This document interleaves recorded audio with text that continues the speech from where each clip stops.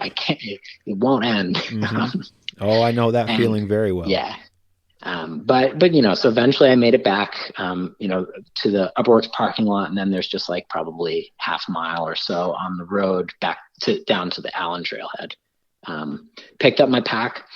I got back to my pack at the Allen trailhead at 9:00 p.m. And then I just hiked for like 15 minutes over to Lake Jimmy. And that's where I just crashed, which I think, I don't think I made too many mistakes over the course of the, entire trip, but I think stopping at Lake Jimmy was one of them. I should have kept going. Interesting. This is, I was sticking to my original plan, which was, again, like basically 5, like 40 to 50 mile days.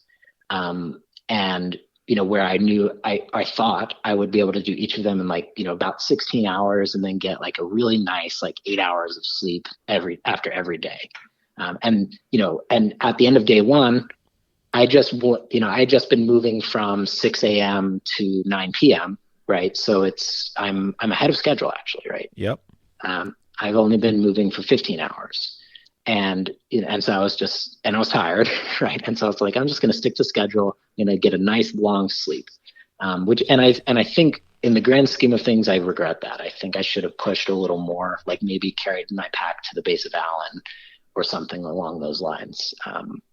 Because, as we'll get to in the next few days, I was well behind schedule. And, and I think that's mainly attributable to the difference between fresh legs and not fresh legs, but I should have capitalized on my fresh legs when I had them. Sure. And as each day goes, you are getting less and less and less sleep between each day. So you stopped at Lake Jimmy. So a quick recap. You did Santanoni, Cuxicraga, Panther, Seymour, Seward, Donaldson, Emmons, approximately 44 miles, 13,000 feet of gain on day one. Yep. You started on the Bradley Pond Trail to Santanoni, herd paths up to Santanoni, Cuxicraga, Panther. Then you descended the Bradley Pond Trail, followed the Bradley Pond Trail to Duck Hole, over to the Ward Brook Trail to the Seward Range, where you started with Seymour.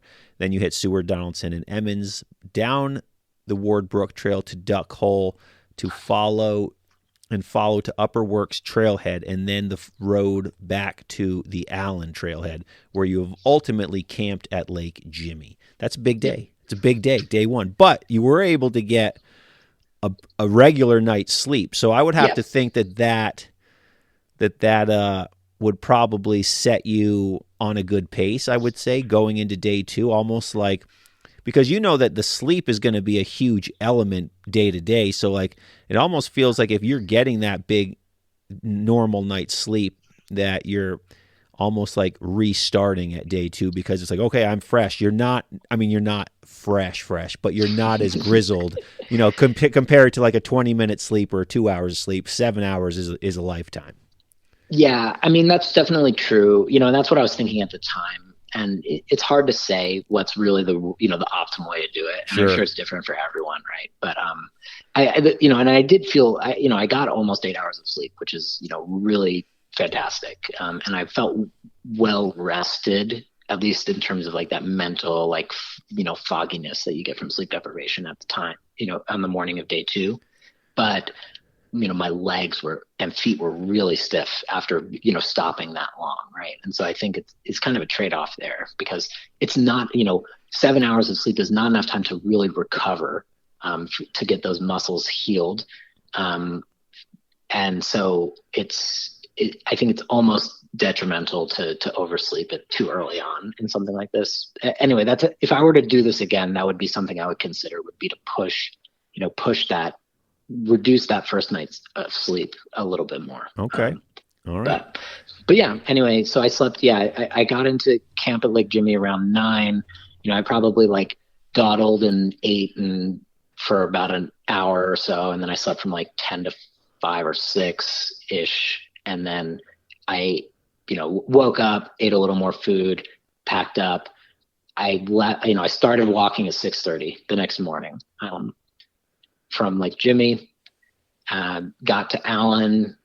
Got to Allen at 8 o'clock, the Allen Herd Path, right where the what's that trail called? But where the Mark Trail branches off from the Herd Path. Yep. There's a nice little like glen, like a grassy spot. Yep. It was getting some sunlight in the morning. It was a great little spot. And I dropped my pack. So I dropped my pack. I set out my stuff to try to dry it out because everything was soaked from the previous day. Whereas day 2 was super nice. It was warm and sunny and dry.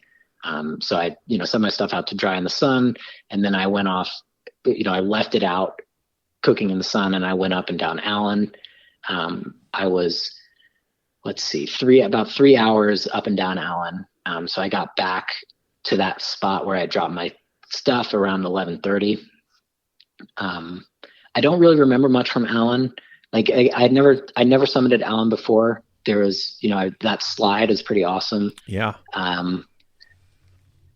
The only thing I really remember was finding a New York Yankees ball cap, like that had gotten washed away, and it was like, kind of halfway down the slide that I found, and I picked it up and put it in my bag to dispose of properly. But that's really all I remember, honestly. Okay. But Allen's tough. Allen, like the climb up Allen, it's a rugged little climb. But you didn't notice the like the slippery rock or anything like that didn't grab your attention. I remember on the descent, it was like I was definitely very cautious. Had to be very cautious coming down because it was definitely wet. It had rained the whole previous day, and I'm sure it's just always wet going on that slide, right? It's just everyone jokes the Allen slime, so it's just really legitimately very slippery. And every time I come down Allen and I make it down, fortunately I've never fallen, but every time I get down, it's always like, oh, thank God I didn't take a big splash because it is slick coming down. But anyway, so then you went back, picked up your pack, and then you started on your trip over to the Lake Colden area. So take us through that. Yeah, so I trekked up the trail, East River Trail, I guess, from towards Flowlands and Lake Colden.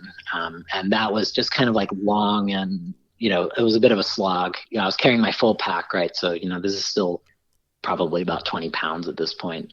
And, that trail is, again, pretty seldom used from what I could tell. Not super challenging, but it's like it's a pretty long gradual uphill. And then there's Hanging Spear Falls, I want to say. There's a waterfall around there where it gets pretty steep for a bit. Like I said, seldom used and pretty overgrown. I lost so I'm doing this in like mid-June, right? Which is like it's very buggy, a lot of mosquitoes that time of year, right? And I was trying a new system where I had this sun hat that had like with like a neck flap, right? Which is nominally to keep the sun off your neck. But I was wearing it in hopes of keeping some mosquitoes out of my face and off my neck. And I think it works pretty well, but the one I was using wasn't it didn't secure to my ball cap. And so like going through some of the thick stuff in that section of trail, it got knocked off my head, and I ended up losing it. Just because by the time I got up to Flowlands, I was like, oh, I had this neck flap, and now I don't know where I lost it. Mm-hmm. Somewhere in that section. Hopefully someone found it at some point. Yeah, for sure.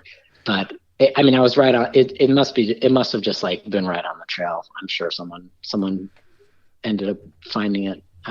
But yeah, that it was it's a easy to underrate climb, I would say, but it was tough. Finally made it up to Flowlands, and I went, and over to Lake Colden and looking for a campsite.